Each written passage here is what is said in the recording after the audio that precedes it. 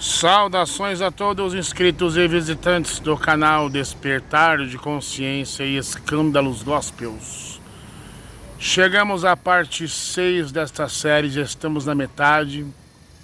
E neste vídeo nós vamos abordar um assunto muito delicado, mas também que eu vou pegar na feridinha de muitos. Por quê?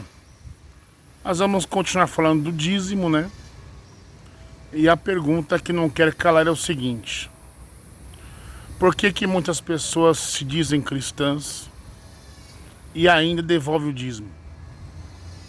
Por que eu pergunto isso aí? Porque geralmente as pessoas que afirmam serem cristãs, mas praticam a devolução do dízimo, eu aposto e ganho que não sabe o que é a doutrina da graça.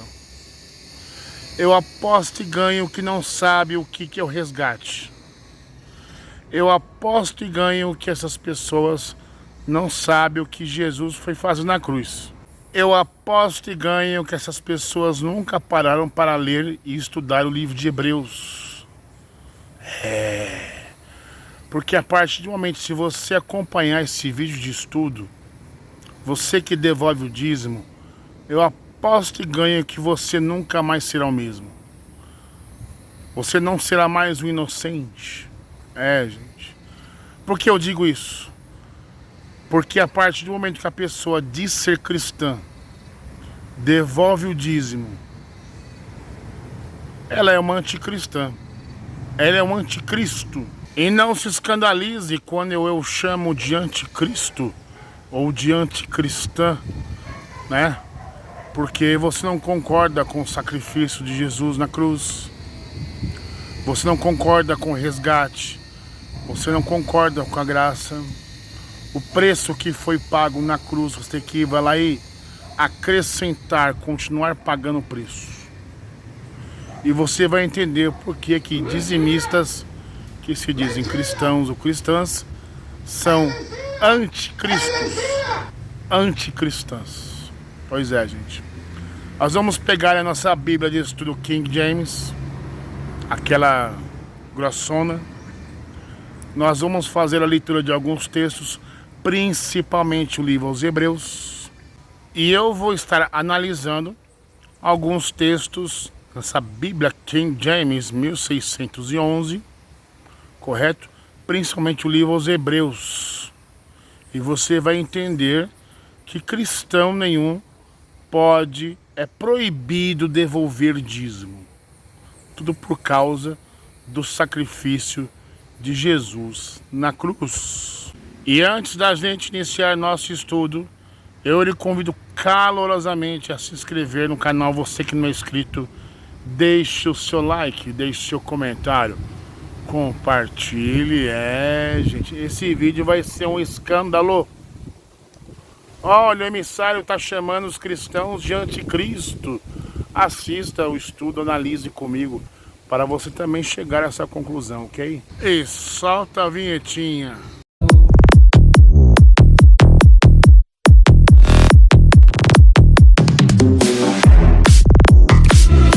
Bem, estamos aí com a Bíblia de estudo King James e vamos fazer a leitura de alguns textos para provar para vocês que nenhum cristão deve devolver dízimo. Mas não sabe o porquê. Aí, Hebreus capítulo 7, verso 5. E verdadeiramente, aqueles dentre os filhos de Levi que recebem o ofício do sacerdócio têm ordem de tomar os dízimos do povo, segundo a lei, isto é, de seus irmãos, ainda que esses também tenham saído dos lombos de Abraão. E também lembrando que Números capítulo 18, verso 21, vamos ver aqui,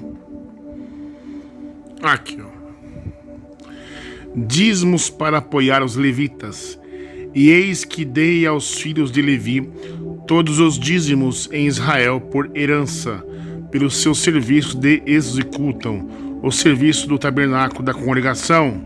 Quer dizer o quê? Existem lá 12 tribos, mas a tribo de Levi foi a única que teve o dízimo como herança. Então o dízimo é para a tribo de Levi, não é para nenhuma tribo. E obviamente, né, qualquer um que lê o capítulo todo de Números 18 vai entender que o dízimo é uma herança para os filhos de Levi. Então nenhuma tribo qualquer pode tomar algo que é herança para outra tribo. A tribo de Judá não pode tomar os dízimos para si, porque estes pertencem à tribo de Levi. Tá vendo aqui a palavrinha? Herança. É doação, é tipo assim, é uma herança herdada, né? E aí continua aqui, ó. O dízimo dos levitas. Leia tudo, gente, leia tudo. E o assunto não termina aí, não. Se você ler lá no 25, vou ver aqui, ó, 25. Dízimo dos levitas. Aí continua. Tá? Não vai até aqui, ó. 32. Aí se desafia qualquer pastor aí, né? A ler o Números 18 todinho. Para a igreja entender que o dízimo é uma herança para os filhos de Levi. Se é uma herança, pertence aos levitas, não pertence a Judá, nem Gad, nem Dan, nenhuma outra tribo, pertence à tribo de Levi. E voltando aqui ao Hebreus capítulo 7, verso 1, a ordem sacerdotal de Melquisedeque. Mas vamos ler aqui especificamente o verso 12. O verso 12 diz o seguinte, dá um foco aqui. Porque ao mudar-se o sacerdócio, uma mudança na lei também se faz necessária. Né? Que sacerdócio é esse? Sacerdócio de Cristo. Aí se pergunta, né? Que sacerdócio é esse que a gente acabou de ler no 12, né? Aí temos o verso 5.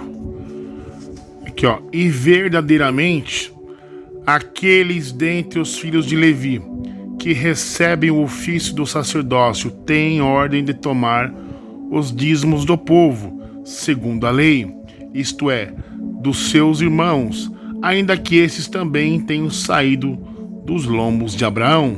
Aí a pergunta que não quer calar, né? Será que esses pastores que recebem dízimo são da tribo de Levi? Eles são levitas e, segundo a lei, são circuncidados para receberem dízimo, se o dízimo, de acordo com Números, é uma herança para os filhos de Levi? Então o pastor tem que ser da tribo de Levi e devidamente circuncidados. São da tribo de Levi? Não. Então o dízimo não é para eles, é para os levitas. Mas no caso de Jesus, né? Ele de qual tribo ele era? Ele era da tribo de Levi, é da tribo de Judá, né? Vamos ler aqui, ó. Acho que é o 14, se não me engano. Olha só. Pois é evidente que o nosso Senhor procedeu de Judá, tribo da qual Moisés nada falou acerca dos sacerdotes. Ixi, e agora, hein? E vejam só, Hebreus capítulo 8, Jesus, nosso sumo sacerdote. Se antes que a gente tinha lido antes, né? Que se a mudança de sacerdote, também deve-se haver mudança de lei. É bem aqui, ó, 12. Porque ao mudar-se o sacerdócio, uma mudança na lei também se faz necessária. Porque aquele que sobre quem essas coisas são ditas pertence a uma outra tribo, a qual nenhum homem assistiu ao altar. Pois é evidente que o nosso Senhor procedeu de Judá, tribo da qual Moisés nada falou acerca dos sacerdotes. E isto é ainda mais evidente, pois que após a semelhança de Melquisedeque se levanta um outro sacerdote, que não foi feito conforme a lei de um mandamento carnal, mas segundo o poder de uma vida infinita. Porque ele testifica: tu és sacerdote para sempre, segundo a ordem de Melquisedeque. Porque há verdadeiramente uma anulação do mandamento anterior, por conta de sua fraqueza e ineficácia.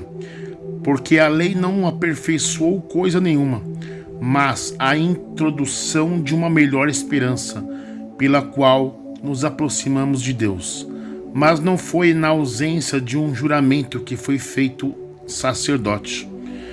Porque aqueles foram feitos sacerdotes sem juramento, mas este com juramento daquele que lhe disse: jurou o Senhor e não se arrependerá.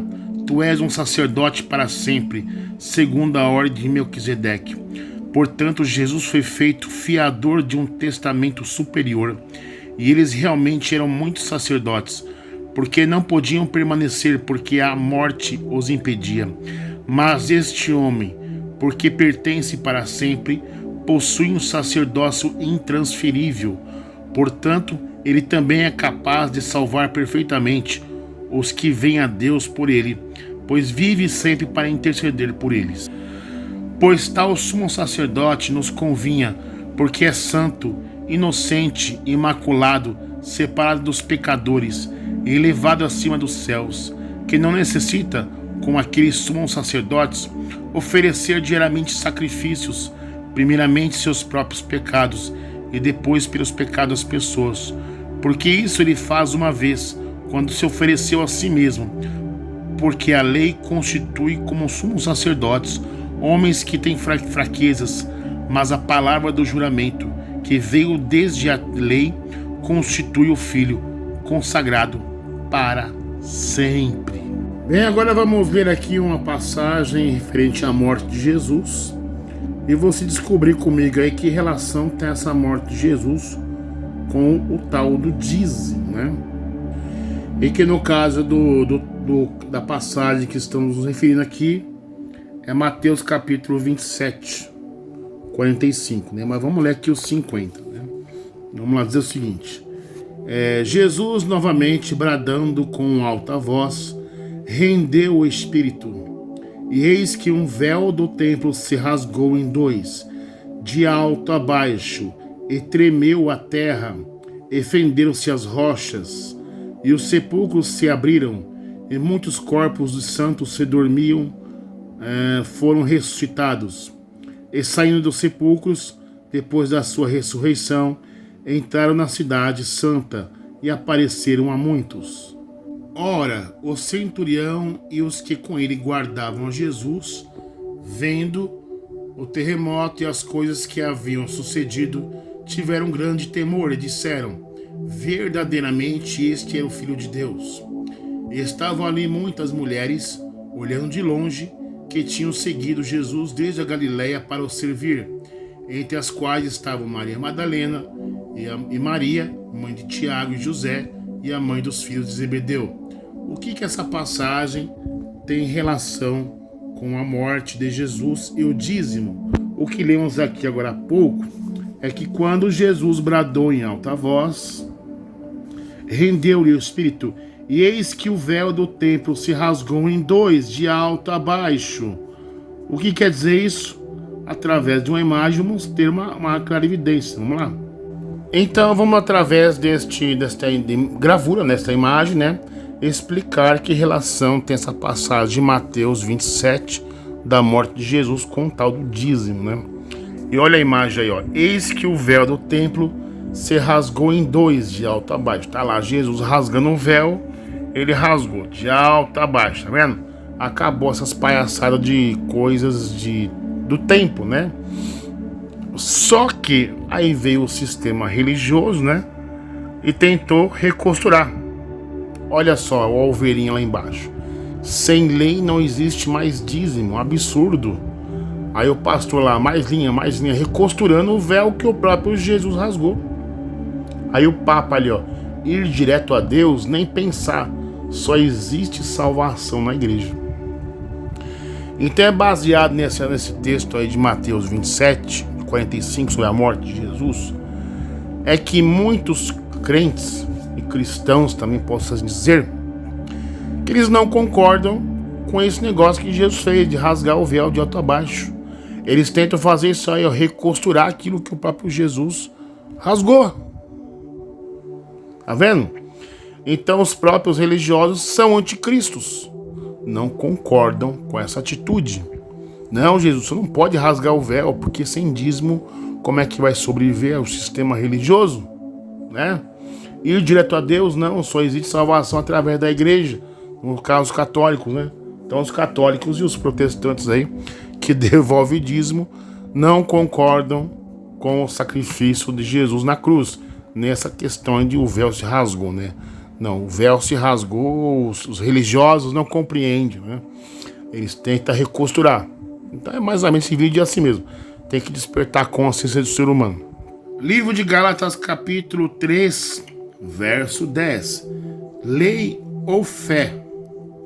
Ó insensatos Gálatas, quem vos encantou a fim de que não obedecessem à verdade, quando entre vós, diante de vossos olhos, Jesus Cristo foi evidentemente apresentado e crucificado? Apenas quero saber de vós isto: recebeste o Espírito pelas obras da lei ou pela fé naquilo que ouviram? Sois assim tão tolos? Depois de terdes começado pelo Espírito, quereis agora ser aperfeiçoados pela carne? No caso, pela lei? Padeceste tantas coisas em vão? Se é que foi em vão. Aquele que vos ministra o Espírito e realiza milagres entre vós, ou faz pelas obras da lei, ou pela fé naquilo que ouviram. Assim como Abraão creu em Deus, isso lhe foi acreditado por justiça. Sabei, pois, que aqueles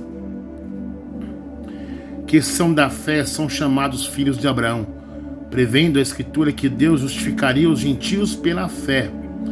Quer dizer, se é para justificar pela fé, não é pela lei, né? Então não precisa mais dar dízimo. Pregou o evangelho a Abraão, dizendo: em ti todas as nações serão abençoadas. De modo que aqueles que são da fé são abençoados com o fiel Abraão. Porque todos quanto são das obras da lei estão sob maldição. Aí, tá vendo aí, ó? Porque no 10 aí, ó. Porque todos quantos são das obras da lei estão debaixo de maldição. Pois está escrito: maldito é todo aquele que não observa todas as coisas escritas no livro da lei para cumpri-las. Quer dizer, quer guardar dízimo, mas não quer guardar sábado, não quer circuncidar, não quer fazer sacrifício. Ué, porque se o sábado foi feito antes da lei, por que não sacrificam animais também? Por que não circuncidam também? Porque a circuncisão veio antes da lei. Eles querem pincelar somente. Que nenhum homem é justificado pela lei perante Deus. Isso é evidente, porque o justo viverá pela fé. E a lei não é de fé, mas o homem que fizer essas coisas deverá nelas viver. Cristo nos resgatou da maldição da lei. Então quer dizer o quê? As pessoas que devolvem o seu dízimo não sabem o que é o ensinamento do resgate. Se não sabe o que é ensinamento do resgate, tampouco não sabe o que é graça de Deus, como os vídeos que a gente já fez anteriormente. Fazendo-se por nós uma maldição, porque está escrito: maldito é todo aquele que for pendurado em um madeiro, para que a bênção de Abraão pudesse vir sobre os gentios por meio de Jesus Cristo, para que possamos receber as promessas do Espírito através da fé, gente. Então o que acontece? Ou você escolhe lei ou fé, dízimo ou fé. Temos aqui um rodapézinho no verso 6 que a gente acabou de ler. O exemplo da fé de Abraão e a justificação resultante neutraliza os argumentos daqueles que estavam ensinando justificação pelas obras da lei, na passagem de 2,16.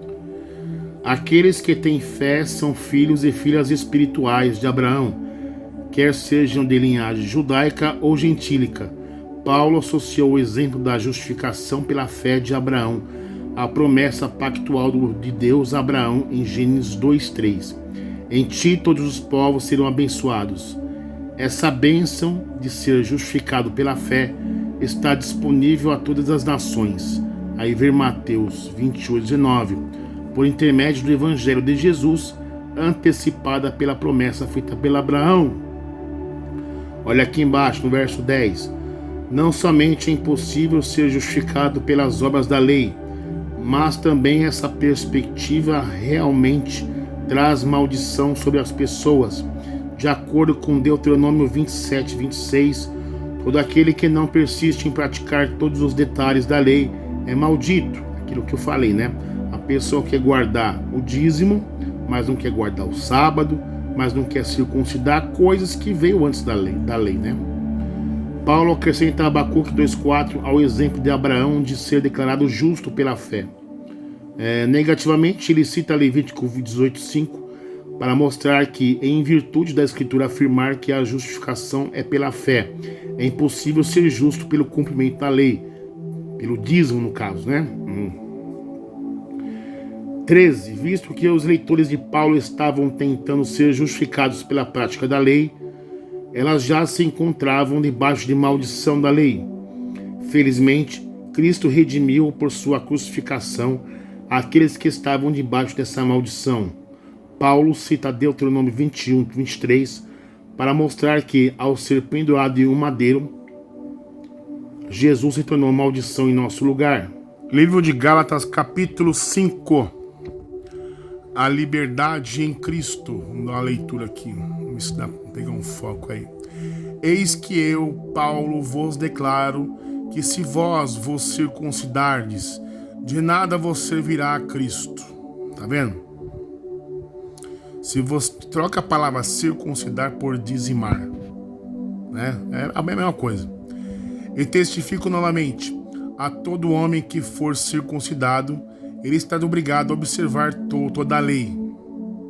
Cristo torna-se sem efeito para vós, que procurais a justificação pela lei. Vós decaíste da graça. Tá vendo? Então você faz circuncisão, mas não quer dizimar, caiu da graça. Porque nós, pelo Espírito, aguardamos a esperança da justiça pela fé. Porque em Jesus Cristo nem a circuncisão, nem a incircuncisão vale alguma coisa, mas a fé que opera pelo amor. Tá vendo? Caíste da graça, gente. A pessoa quer se justificar pela lei, caiu da graça. Quer se justificar pelo sábado, caiu da graça. Porque não circuncidam também, caíste da graça. Porque não sacrificam animais, que veio também antes da lei, caíste da graça. Aí ele continua no verso 8. Esta persuasão não vem daquele que vos chama. Um pouco de fermento levai a toda a massa. Tenham confiança em vós por meio do Senhor, que de maneira alguma mudareis de opinião, mas aquele que vos perturbar será julgado com isto. Deseja que for. E eu, irmãos, de ainda prego a circuncisão, porque então ainda sofro perseguição. Assim a ofensa da cruz seria cessado. Bom seria que fosses cortados, aqueles que vos perturbam.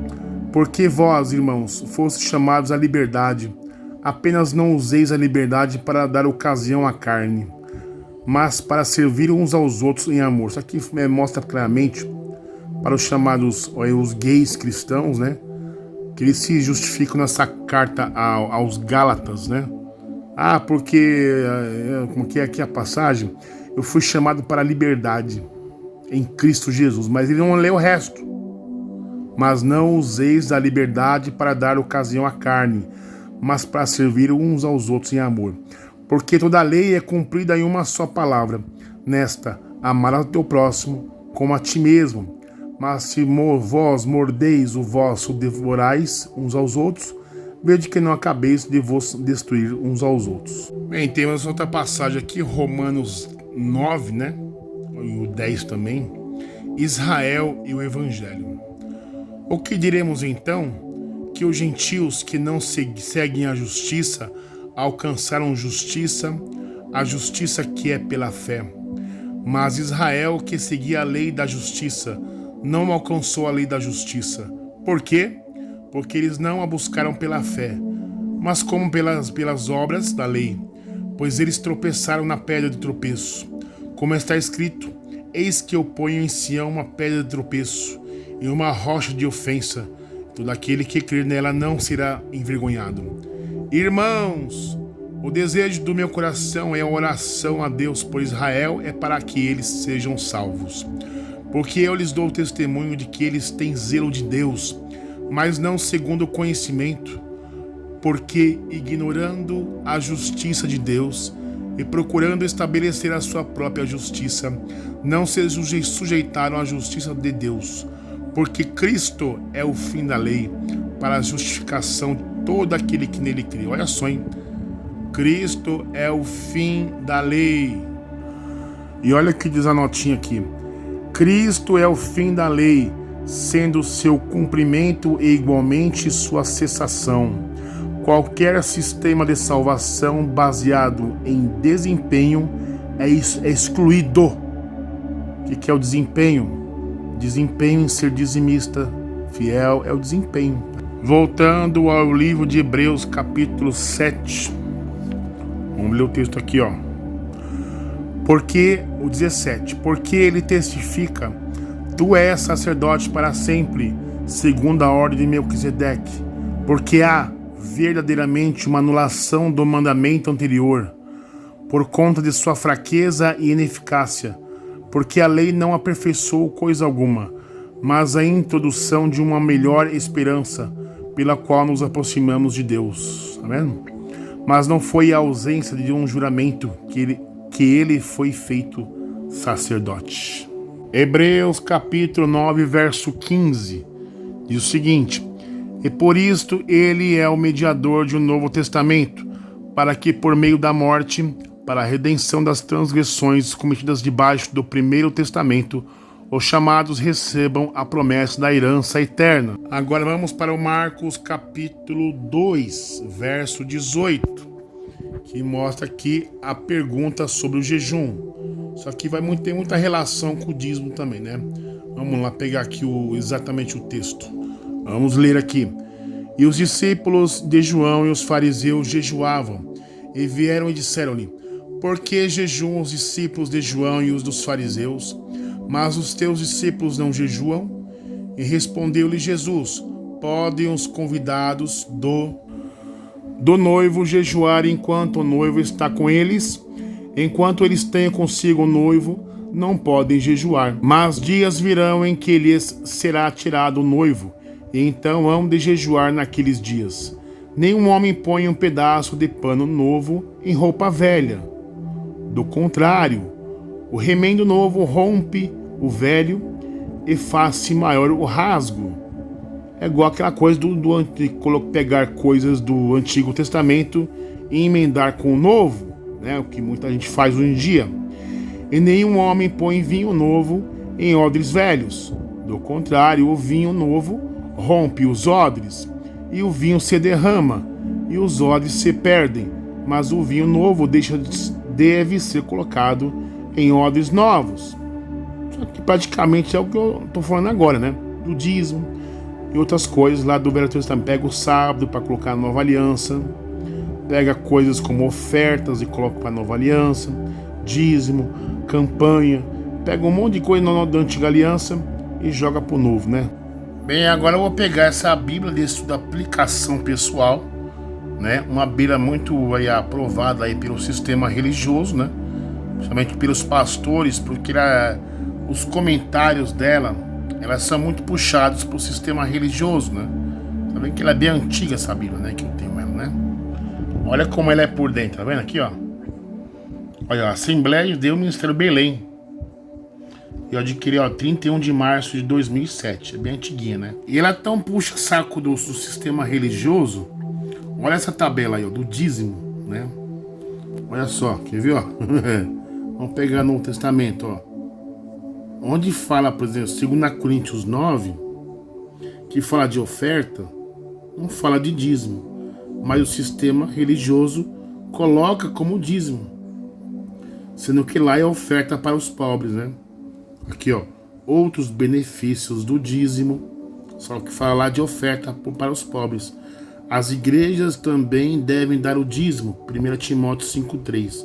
Então dá uma olhadinha nessas referências para você ver como que funciona o sistema religioso manipulativo. E logo na primeira referência aí, ó, Paulo defende a oferta. Então aqui no caso 2 Coríntios capítulo 8, Paulo defende a oferta. Mas por que essa Bíblia de estudo, aplicação pessoal, ela coloca como dízimo? Olha aqui, ó. Vou ter que abrir para você aqui, ó. Tô dobrando aqui a página para dar uma olhada aqui, ó. Aí, ó. No caso, dízimo, né? Olha, ele coloca lá tudo para dízimo, mas o bagulho fala que é oferta. Aí, o que a gente faz? A gente pega, vira a página. Aí tem aqui marcadinho, ó. Porque se há prontidão de vontade, será aceita segundo o que qualquer tem, não segundo o que a pessoa não tem, né? Aí do outro lado, esse aqui é um texto muito utilizado pelos cães gulosos. Cada um contribua segundo o propôs no seu coração, não com tristeza ou por necessidade, porque Deus ama que dá com alegria. Lembra? Só que se pegar o contexto da coisa, olha só. Ó. Conforme está escrito, espalhou, deu aos pobres, a sua justiça permanece para sempre. Ora, aquele que dá a semente ao que semeia, o pão para comer também multiplicará a vossa sementeira e aumentará os frutos da vossa justiça. Para que em tudo enriqueçais para toda a beneficência, a qual fez com que nós, os que dêem graças a Deus. Tá vendo? Então a oferta aqui no caso é para os pobres e não para a igreja. Tá vendo? Se você pegar o contexto todinho aqui, ó, que fala de ofertas para os pobres. Mas por que o sistema religioso quer manipular você lá? Outros benefícios do dízimo. Tá vendo aqui, ó? Sendo que lá é para os pobres. E falar de oferta e não de dízimo. Tá vendo? Manipulação na Bíblia de estudo. Vamos pegar aqui esse aqui. As igrejas também devem dar o dízimo. 1 Timóteo 5:3. Bem, aí abrimos aí 1 Timóteo capítulo 5, né? Acerca dos velhos e viúvas, verso 3, onde foi indicado lá no final da página. Aqui, ó. Honra as viúvas que verdadeiramente são viúvas. Ué, o que tem dízimo aqui, gente? Nós temos que pegar o rodapé. Paulo queria que as famílias cristãs fossem tão autossuficientes quanto possível. Ele insistia que os filhos e netos deveriam cuidar das viúvas em suas famílias. Ele sugeriu que as viúvas mais jovens se casassem novamente e começassem nova família. E pediu à igreja que não sustentasse esses membros preguiçosos que recusassem trabalhar. Não obstante, quando necessário, os crentes usavam seus próprios recursos para ajudarem mutuamente.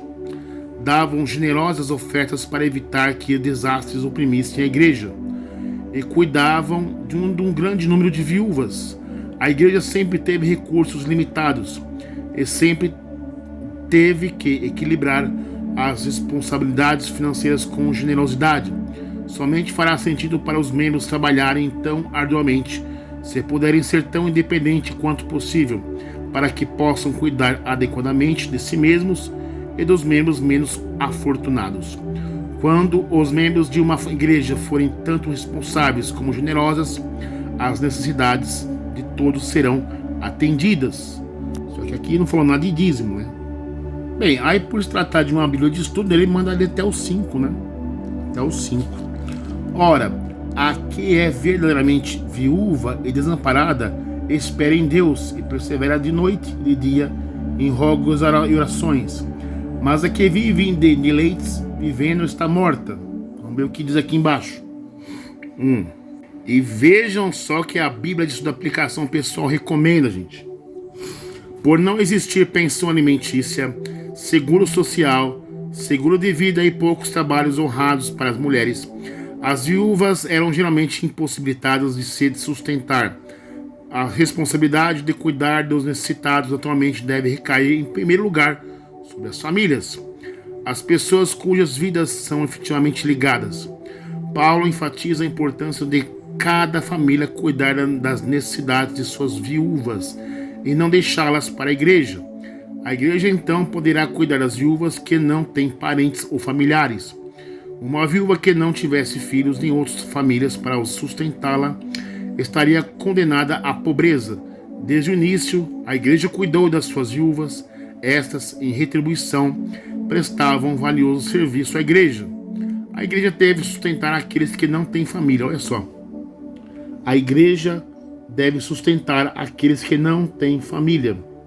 E também ajudar os idosos, os jovens, os inválidos, os doentes ou os acometidos pela extrema pobreza, provendo-lhes suas necessidades emocionais e espirituais.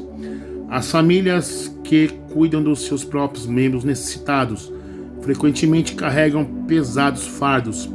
Essas podem precisar de dinheiro extra, alguém para ouvi-las, uma mão para ajudar, uma palavra de encorajamento.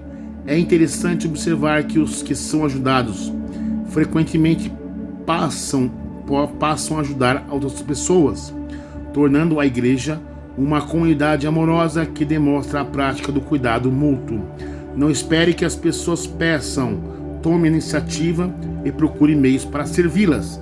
Isso aqui é uma grande incoerência no meu sistema religioso. Por quê? Porque, como vimos em vídeos anteriores, de como os pastores tratam as pessoas que não dão dízimo, Você observou lá que um senhor de idade, ele fala que como é que a gente vai ajudar as pessoas, o pobre, a viúva e o necessitado? Através do dízimo. Só que a própria Bíblia de Estudo diz assim, não espere que as pessoas peçam, tome a iniciativa e procure meios para servi-las. Quer dizer, pegue o seu dízimo e ajude essas pessoas. Não passe a sua responsabilidade para os líderes, para os obreiros fazerem uma coisa que é obrigação sua. É por isso que acontece que quando a pessoa tem alguém para ajudar, fala, não, eu dou o dízimo à igreja, agora eles têm a obrigação de ajudar vocês. Só que eles não ajudam. Por quê? Porque como lemos lá em 2 Coríntios, vamos voltar lá. Aí, 2 Coríntios 9, onde fala que as ofertas são para os pobres. Se o sistema religioso, ele toma dos pobres, como é que fica isso?